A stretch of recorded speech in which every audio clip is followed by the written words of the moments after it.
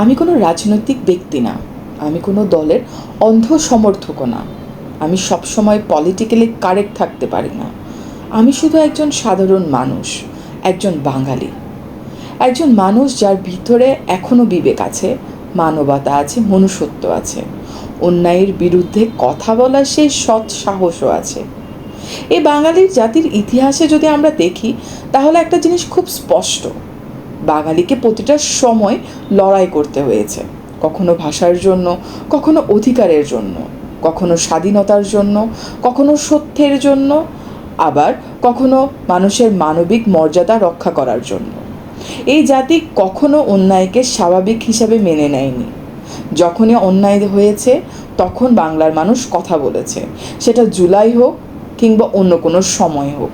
কোনো নির্যাতন, কোনো অবিচার, কোনো অমানবিকতা যখন চোখের সামনে এসেছে তখন মানুষ প্রতিবাদ করেছে, কারণ প্রতিবাদ করা এ জাতির রক্তে আছে। আর আমি ব্যক্তিগতভাবে সবসময় চেষ্টা করেছি অন্যায়ের বিরুদ্ধে কথা বলতে, কারণ আমি বিশ্বাস করি নীরবতা কখনো নিরপেক্ষতা হয় না, অনেক সময় নীরবতা অপরাধীদের সাহস দেয়।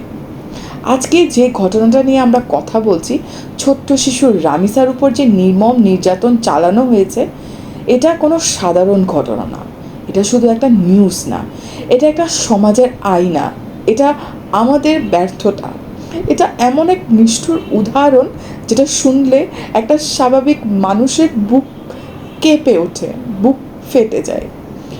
যেভাবে নিষ্ঠুরভাবে একটা নিষ্পাপ শিশুকে নির্যাতন করা হয়েছে, যেটা ভাষায় প্রকাশ করার মতো না।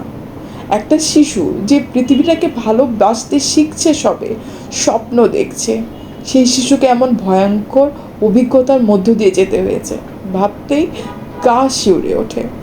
সবচেয়ে ভয়ঙ্কর ব্যাপার হলো, এই ঘটনা শুধু রামিসার সাথে ঘটেনি, এটা আমাদের সবার জন্য একটা ওয়ার্নিং। আজ রামিসা, কাল হয়তো অন্য কেউ, আপনার আশেপাশের কোনো শিশু, আপনার ভাই বোন, ভাগ্নে, ভাতিজির সন্তান, যে কেউই। এই ভয়টা বাস্তব। তাই এ ধরনের নিষ্ঠুর অপরাধীদের এমন শাস্তি দিতে হবে যেটা সমাজের সামনে একটা উদাহরণ হয়ে দাঁড়াবে, যাতে ভবিষ্যতে আর কেউ এমন কিছু করার সাহস না পায়। আর আজ বাংলাদেশেও আমরা সেই উদাহরণই চাই। আমরা এমন বিচার চাই যেটা দেখে সমাজ কেঁপে উঠবে, যেটা দেখে ভবিষ্যতের কোনো অপরাধী এরকম কিছু করার সাহসও করতে পারবে না। কারণ কিছু অপরাধ শুধু ক্ষমার অযোগ্য না, কিছু অপরাধ আমাদের পুরো মানবতার জন্য একটা মুখে চুনকালির মতো। তাই আমরা বিচার চাই, কিন্তু শুধু কাগজে কলমে বিচার না। আমরা এমন বিচার চাই যেটা সত্যিকারের দৃষ্টান্ত হয়ে থাকবে, যেটা ভবিষ্যতে প্রতিটা শিশুর নিরাপত্তার জন্য একটা বার্তা হয়ে থাকবে। আর একটা কথা খুব পরিষ্কার: এই আগুন নিভে গেলে চলবে না, আমাদের প্রতিবাদ থেমে গেলে চলবে না।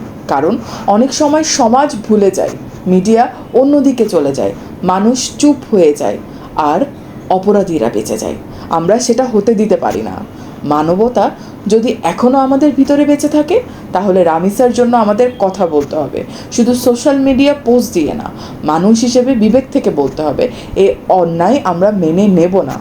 আমি রাজনীতি বুঝি না, আমি শুধু এতটুকু বুঝি, একটা শিশু নিরাপদ না থাকলে কোনো সমাজ সভ্য হতে পারে না। একটা শিশুর কান্না যদি আমাদের বিবেক না নাড়ায়, তাহলে আমরা মানুষ হিসেবে ব্যর্থ। রামিসার জন্য ন্যায় বিচার চাই, সর্বোচ্চ শাস্তি চাই, এমন শাস্তি চাই যা ভবিষ্যতে প্রত্যেকটা অপরাধীর জন্য ভয় হয়ে দাঁড়াবে, যাতে আর কোনো শিশু এমন নরক যন্ত্রণা না ভোগ করে, যাতে আর কোনো পরিবার এভাবে ভেঙে না পড়ে, যাতে আর কোনো নিষ্পাপ মুখ আতঙ্কে না কাঁপে।